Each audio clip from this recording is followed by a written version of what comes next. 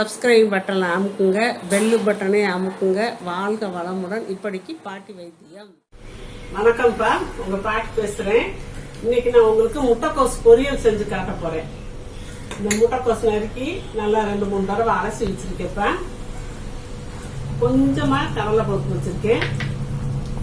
இது வந்து தாளிச்ச பிறகு இந்த தேங்காயும் இந்த ஒரு பச்சை மிளகாயும் அப்படியே மிக்சியில போட்டு துருவி வச்சுக்கிருவேன். இந்த வரமிளகாயும் வெங்காயம் போட்டு தாளிப்பேன். தாளிக்கும் போது உளுந்த பருப்பு நிறைய போட்டு தாளிப்பேப்பா. பாருங்கப்பா, தண்ணி கோச்சிருச்சுப்பா. இந்த கொஞ்சம் கடலை பருப்பு ஊற வச்சிருக்கேன். ஒரு சும்மா இவ்வளவுதான் ஊற வச்சேன். அது 2 மணி நேரம் ஊற வச்சுட்டேன். நல்லா ஊறிடுச்சு. முட்டைக்கோஸ் கூட சேர்ந்து வெந்துடும். முட்டைக்கோசை நல்லா தண்ணி இல்லாம வடிச்சு வச்சிருக்கேப்பா.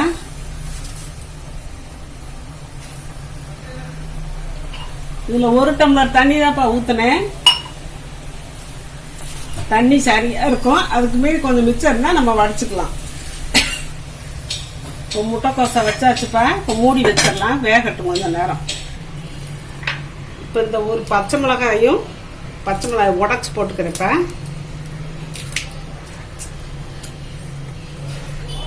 தேங்காய் சில்ல போட்டுக்கிறேன்.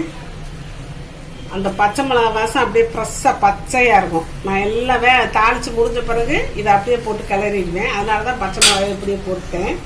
இப்போ நான் அரைச்சி காட்டுறேன். இப்போ கொதிச்சு கொஞ்சம் அப்படியே கீழே இறங்கிட்டு பாருங்கப்பா. கீரை மாதிரி தான் இதுவும். அப்படியே வெந்தால் குறைஞ்சி போயிடும். ரொம்ப நேரம் நம்ம வேக வைக்க வேணாம் முட்டைக்கோசை. இப்போ மூடி வச்சு சும்மா ஒரு 2 நிமிஷம் திருப்பி மூடி வச்சு வேக வச்சுட்டு அப்படியே வடிச்சிடலாம். ரொம்பவும் வேகணும்னு அவசியம் இல்லை. முட்டைக்கோசு இந்த அடுப்புல வேகட்டும்ப்பா. இந்த அடுப்புல நம்ம தாளிச்சிடுவோம். இப்போ முட்டைக்கோசு வெந்துடும், வடிச்சிடலாம். அது வரைக்கும் இதை தாளிச்சுக்கலாம். ஒரு ஸ்பூன் எண்ணெய் விட்டுருக்கேப்பா, கடலை எண்ணெய். இப்போ கடுகை போட்டுடலாம். இன்னும் எண்ணெய் காயலை. நல்லா கடுகு வேகட்டும், கொதிக்கணும், வெடிக்கட்டும்.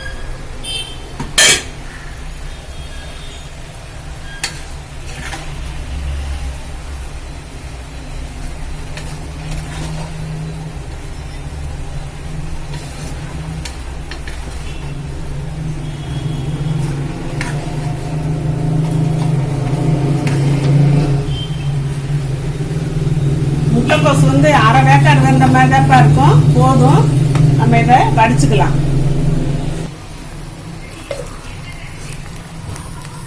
கொஞ்சம் தண்ணி இருக்கதான் செய்யும், அதை யாரும் குடிச்சுக்கலாம்ப்பா.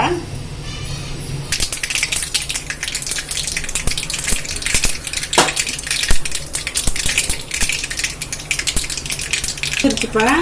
இப்போ இந்த 1.5-2 ஸ்பூன் இருக்கும்ப்பா உளுந்தம்பருப்பு போடுறேன். நல்லா இது வந்து கடுக்கு முடுக்கு நல்லா இருக்கும். செஞ்சோம்னா ஃப்ரெஷ்ஷா சாப்பிட்டோம்னா கடுக்கு முடுக்கு நல்லா இருக்கும். அந்த உளுந்தம்பருப்பு வெந்து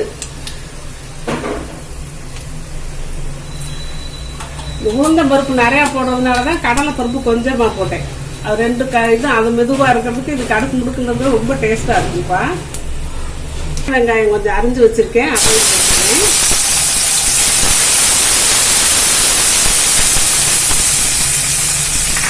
காஞ்ச மிளகாய் 1 போதும்பா. பச்சை மிளகாய் அந்த தேங்காய் கூட போட்டுருக்கோம்ல, ரொம்பவும் காரம் இருந்தால் நல்லா இருக்காது.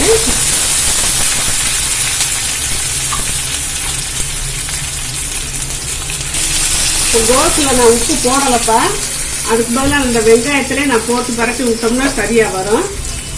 ஏன்னா கோஸ் அமிங்கி அது கொஞ்சமாக தெரியும் இல்லையா, அதனால தான் அதை பார்த்துக்கிட்டு போடலான்னு வச்சுருக்கேன். இப்போ வந்து அதுக்கு அளவான உப்பு நான் போட்டுக்கிட்டேன். வெங்காயத்திலே போட்டேன். வெங்காயமும் சீக்கிரமா வதங்கிடும்.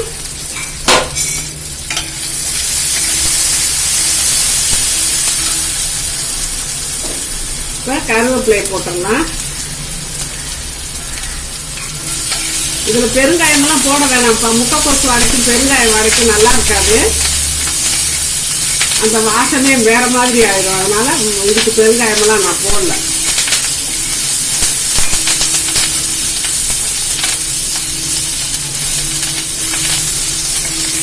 வெங்காயம் நல்லா இந்த மாதிரி நல்லா வதக்கிடணும். ஏன்னா நம்ம கொஞ்ச நாள் வச்சிருந்து கூட சாப்பிடலாம். ஏன்னா வெங்காயம் வந்து அரைகுறையா வெந்துச்சுன்னா வச்சுக்கோங்க, தாளிக்கிற பொருள்ல சீக்கிரமா அந்த வெயில் காலத்துல கெட்டு போகும்ப்பா. அந்த வெங்காயம் தான் கடை வைக்கிறது, தேங்காய்லாம் கடை வைக்காது. இந்த வெங்காயத்தை நல்லா வதக்கிட்டோம்னா கொஞ்சம் தாங்கும், சீக்கிரமா கெட்டு போகாது, ஊசி போகாது. அதனாலதான் வெங்காயத்தை மட்டும் கொஞ்சம் செவக்கா நம்ம வதக்கிடணும். வதக்கிட்டு அந்த காய் கொஞ்சம் நேரத்துக்கு நீடிச்சிருக்கும், சீக்கிரமா கெட்டு போகாது.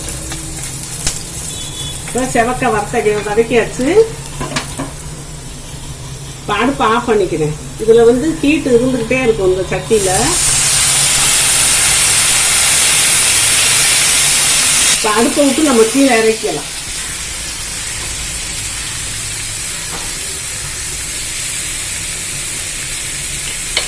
இந்த தேங்காயும் பச்சை மிளகாயும் துருவினாப்புல வச்சதான் நம்ம இதில் போட்டுக்கலாம்ப்பா.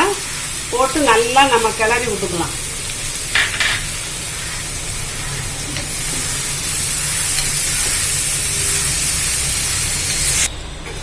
இப்போ நல்லா கிளறியாச்சுப்பா. அந்த வெங்காயத்தில் இருக்க உப்பு, இந்த தேங்காய், அந்த பச்சை மிளகா காரம் எல்லாம் ஒன்று கூடி சூப்பராக இருக்கு. இப்போ ரெடி ஆயிடுச்சுப்பா. இந்த பொரியலை நம்ம சும்மா சாதம் மாதிரியே கூட அள்ளி வச்சு சாப்பிடலாம்ப்பா. சாதத்தை குறைச்சிக்கலாம். இந்த சுகர் பேஷண்ட்டு, பிபி பேஷண்ட்டு, இந்த உடம்ப குறைக்கணும்னு நினைக்கிறவங்கலாம் நல்லா இவ்வளவு இது அள்ளி வச்சு தட்டில் வச்சு சாப்பிட்டுட்டு பேருக்கு இவ்வளவு ரசம் சாதம் சாப்பிட்டா போதும், அவ்வளவு நல்லது. இந்த ப்ரெஷர்காரவங்களுக்கு, சுகர்காரவங்களுக்கு, இந்த பிபி, ஹை பிபி இருக்கவங்களுக்குலாம் ரொம்ப நல்லது. அதில் வடித்த தண்ணி விழுந்து வந்துச்சு, இந்த தட்டில் தான் வடித்தேன், விழுந்து வந்துச்சு. அதை ப்ரெஷர்காரவங்கலாம் குடிச்சா அவ்வளோ நல்லது. உப்பு போடாமல் தான் நான் வடித்து வச்சுருக்கோம். ஹை ப்ரெஷர் இருக்கவங்க குடிச்சிட்டா ரொம்ப நல்லதுப்பா. தண்ணியை வேஸ்ட் பண்ணிடக்கூடாது. தண்ணியை வடிச்ச சும்மா வதக்கணும்னா இந்த கோஸ் வந்து நல்லா இருக்காது, அவிச்சு வடிக்கணும், அப்பதான் சூப்பரா இருக்கும். இந்த இதை வேஸ்ட் பண்ணாம குடிச்சிடலாம். இது கோஸு சூப்பரா இருக்குப்பா. இந்த மாதிரி செஞ்சு சாப்பிடுங்க. கோஸும் தேங்காய் போட்டு வெள்ளை பொரியல் செஞ்சு வச்சிருக்கேன், சூப்பரா இருக்கும். ரசம் சாதம், காரக்குழம்புக்கெல்லாம் வச்சு நீங்க சாப்பிடலாம்ப்பா. சாம்பாருக்கும் வச்சு சாப்பிடலாம். வாழ்க வரப்ப. இப்ப நிறைய பேர்ப்பா நான் அவங்க கொஸ்டினுக்கு ஆன்சர் சொல்றதுலன்னு கேக்குறாங்க. சொல்லிக்கிட்டு தான் இருக்கேன். நான் அதுக்குன்னு சொல்லி பார்வையாளர்கள் கேள்வி பதில் நான் போட்டிருக்கேன். அதை பார்த்துக்கங்கப்பா. அதை பார்த்தீங்கன்னா உங்களுக்கு தெரியும். நான் வரிசையாக கேள்வி பதில் போட்டுக்கிட்டே இருக்கேன். அதில் போட்டு பார்த்தீங்கன்னா நீங்கள் கேட்ட கேள்விக்கெல்லாம் நான் பதில் சொல்லிடுறேன்ப்பா. அதை கட்டாயம் நீங்கள் பார்த்து தெரிஞ்சுக்கோங்க. சப்ஸ்கிரைப் பட்டனை அமுக்குங்க, பெல்லு பட்டனை அமுக்குங்க. வாழ்க வளமுடன். இப்படிக்கு பாட்டி வைத்தியம்.